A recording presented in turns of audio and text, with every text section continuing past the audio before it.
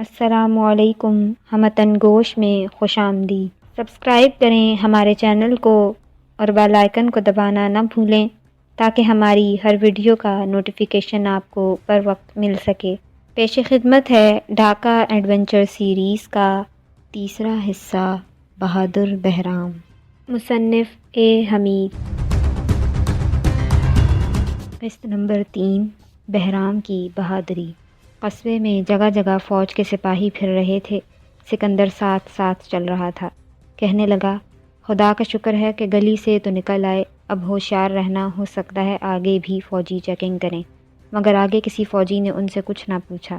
سکندر اسے ساتھ لے کر ایک جگہ جنگل کے کنارے آ گیا۔ یہاں لکڑیاں کاٹی جا رہی تھیں۔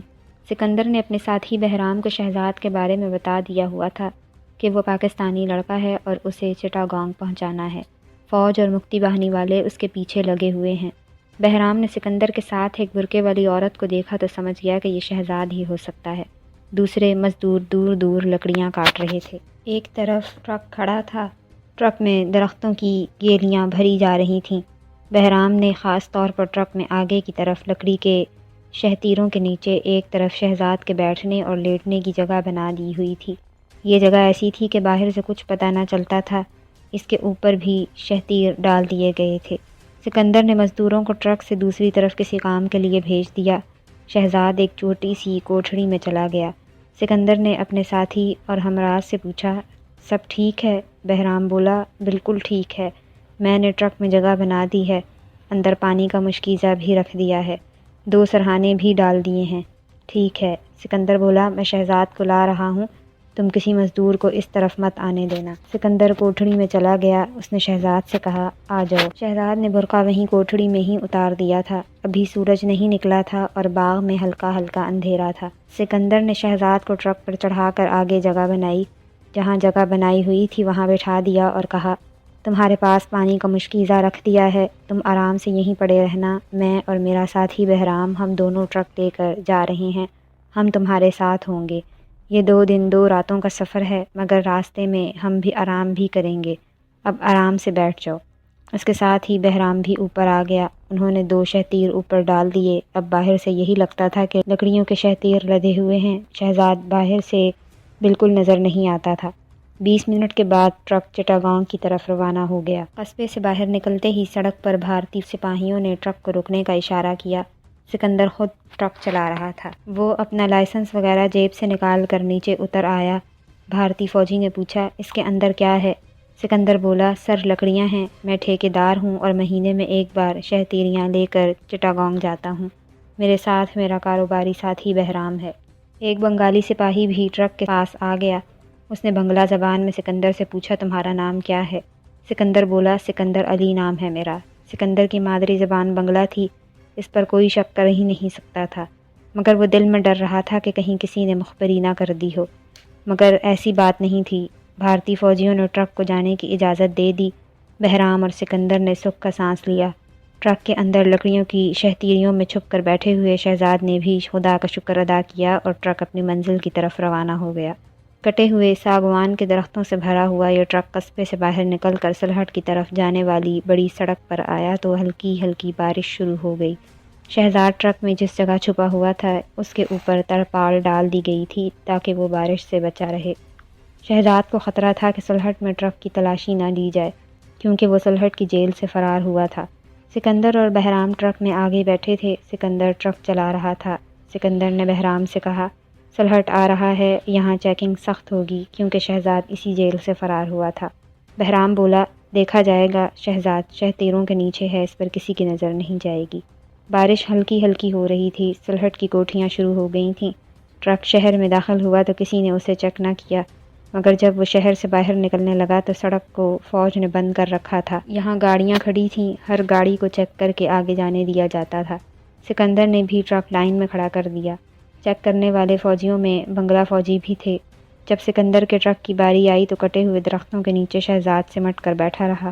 وہ سانس بھی آہستہ لے رہا تھا۔ بنگالی فوج نے سکندر اور بہرام کے کاغذات دیکھے، پھر پوچھا، ٹرک میں کیا ہے؟ سکندر نے بنگلہ زبان میں ہی جواب دیا کہ ٹرک میں ساگوان کے درخت لدے ہیں جنہیں چٹاگانگ لے جایا جا رہا ہے۔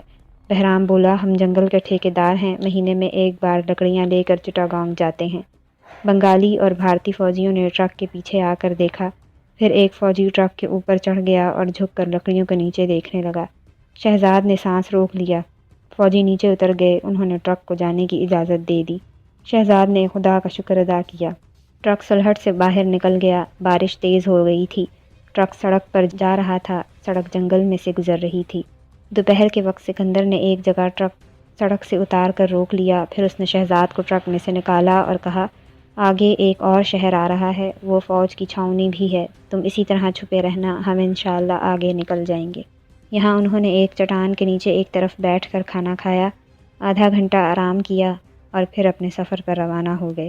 شام کے 5 بجے ٹرک مشرقی پاکستان کے شہر فرید پور پہنچ گیا۔ یہاں فوج کی چھاؤنی تھی، بھارتی فوجی جگہ جگہ پھر رہے تھے۔ سکندر نے ایک ہوٹل میں جا کر تھرمس میں چائے بھروائی اور ٹرک لے کر شہر سے باہر آ گیا۔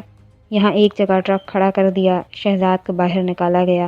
انہوں نے درختوں کے پیچھے بیٹھ کر چائے پی۔ سکندر نے کہا، اب ہم آگے کملا پور سے گزریں گے، میرا خیال ہے کہ اب ہماری چیکنگ کہیں نہیں ہوگی۔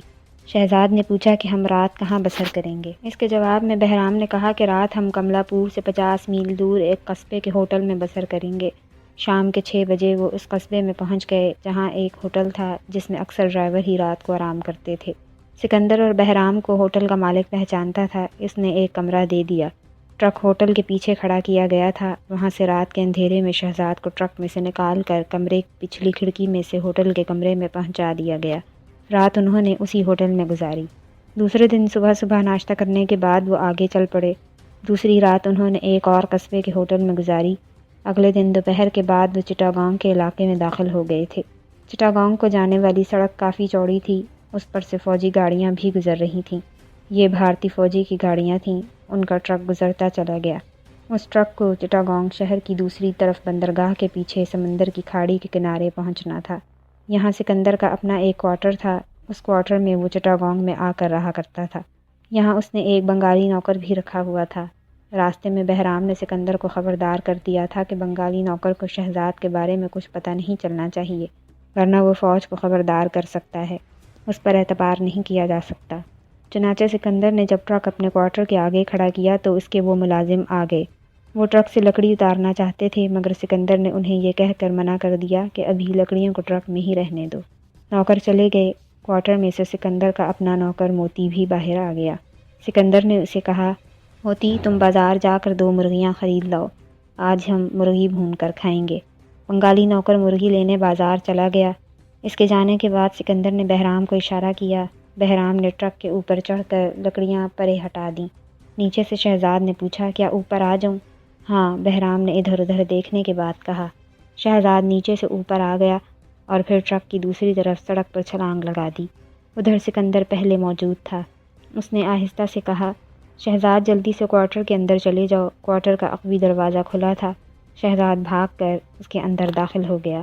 کوارٹر کے پچھلے کمرے میں ایک چارپائی بچھا دی گئی تھی، سکندر بھی اندر آ گیا۔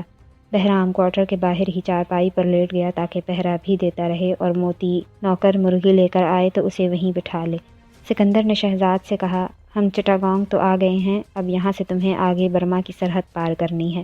یہ کوئی آسان کام نہیں ہے مگر میں تمہیں ایک آدمی کے حوالے کر دوں گا جو اپنے ساتھ تمہیں سرحد پار کروا کر برما میں داخل کر دے گا۔ شہزاد نے کہا، انکل میں آپ کا بہت شکر گزار ہوں، اگر آپ میری مدد نہ کرتے تو میں کبھی زندہ حالت میں یہاں تک نہیں پہنچ سکتا تھا۔ سکندر بولا، شکریہ ادا کرنے کی کوئی ضرورت نہیں شہزاد، یہ تو ہمارا فرض تھا۔ تم مسلمان ہو، ہم بھی مسلمان ہیں، ہم بھی پاکستان سے محبت کرتے ہیں۔ اب تم یہاں آرام کرو، نوکر کے سامنے مت آنا، مجھے اپنے نوکر پر بھروسہ نہیں ہے۔ شہزاد بولا، آپ جب کہیں گے میں ویسے ہی کروں گا۔ سکندر نے اس کمرے کو تالا لگا دیا جہاں شہزاد چھپا ہوا تھا۔ چابی جیب میں ڈال کر وہ کوارٹر سے باہر آ گیا۔ اتنے میں بنگالی نوکر بھی آ گیا، اس کے ہاتھ میں مرغی کا تھیلا تھا۔ بہرام نے کہا، یار موتی آج تو چھٹی کر لے، مرغی میں بناؤں گا۔ بنگالی نوکر بولا، صاحب میں چاول پکاؤں گا۔ سکندر بولا، نہیں موتی، چاول بھی ہم پکا لیں گے، تو اب چھٹی کر، صبح آ جانا۔ بنگالی نوکر کچھ حیران ضرور ہوا کہ یہ لوگ آج سے چھٹی کیوں دے رہے ہیں، مگر وہ کچھ نہ سمجھ سکا، سلام کر کے اپنے گھر کی طرف چل دیا۔ وہ کوارٹر سے آگے درختوں کے نیچے سے گزر رہا تھا کہ ایک ہندو بنگالی مزدور نے اسے اپنے پاس بلا لیا۔ بنگالی نوکر بھی ہندو تھا۔ بنگالی مزدور جلدی سے موتی کو ایک طرف لے گیا اور پوچھا، کہاں جا رہے ہو؟ بنگالی نوکر نے کہا، صاحب نے مجھے چھٹی دے دی ہے، گھر جا رہا ہوں۔ بنگالی ہندو مزدور بولا، میں نے دیکھا تھا کہ سکندر بابو نے ٹرک کے اندر سے ایک نوجوان لڑکے کو نکالا اور اسے کوارٹر میں چھپا دیا۔ میرا خیال ہے کہ یہ ضرور کوئی پنجابی مسلمان لڑکا ہے۔ بنگالی ہندو نوکر کا چہرہ بدل گیا، بولا، جب ہی سکندر اور بہرام بابو نے مجھے چھٹی دے دی ہے، کیا تمہیں یقین ہے کہ تم نے پنجابی لڑکے کو کوارٹر میں جاتے دیکھا ہے؟ مزدور بنگالی نے کہا۔ بنگالی ہندو نوکر موتی سوچ میں پڑ گیا، پھر کہنے لگا، یہ بات کسی کو مت بتانا، میں یہاں سے سیدھا مکتی باہنی والوں کے پاس جاتا ہوں، انہیں خبر کرتا ہوں کہ وہ سکندر بابو کے کوارٹر میں ایک پنجابی مسلمان لڑکا چھپا ہوا ہے، ضرور اطلاع کرو۔ بنگالی مزدور بولا، تمہیں انعام بھی ملے گا، اس میں سے کچھ پیسے مجھے دے دینا۔ ہاں، موتی نے کہا، تمہیں ضرور دوں گا، میں مکتی باہنی والوں کے پاس جا رہا ہوں۔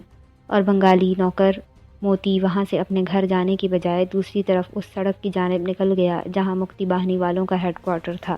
اسے خبر ہی نہیں ہوئی تھی کہ سکندر نے اسے جاتے دیکھ لیا ہے۔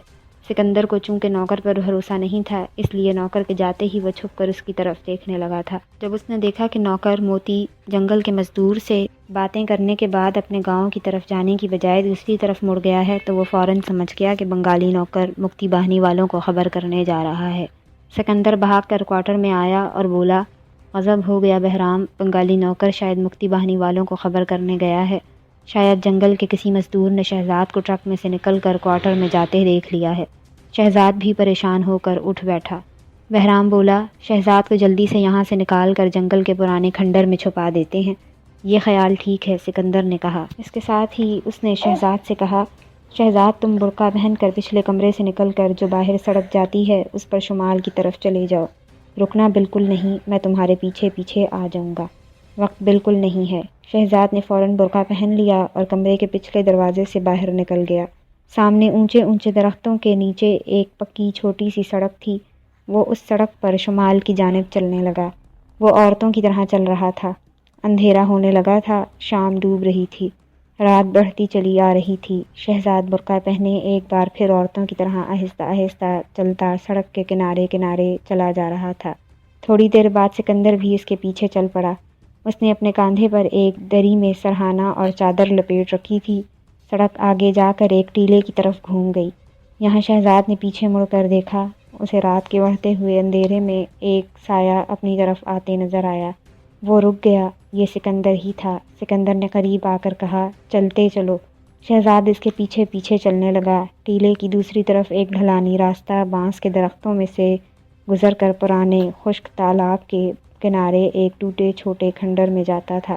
یہ کھنڈر کسی زمانے میں کوئی سرائے یا حویلی تھی مگر اب ڈھہ چکی تھی، اس میں صرف ایک کوٹھڑی باقی رہ گئی تھی۔ سکندر وہاں داخل ہو گیا۔ کوٹھڑی کا کوئی دروازہ نہیں تھا، اندھیرا بھی تھا۔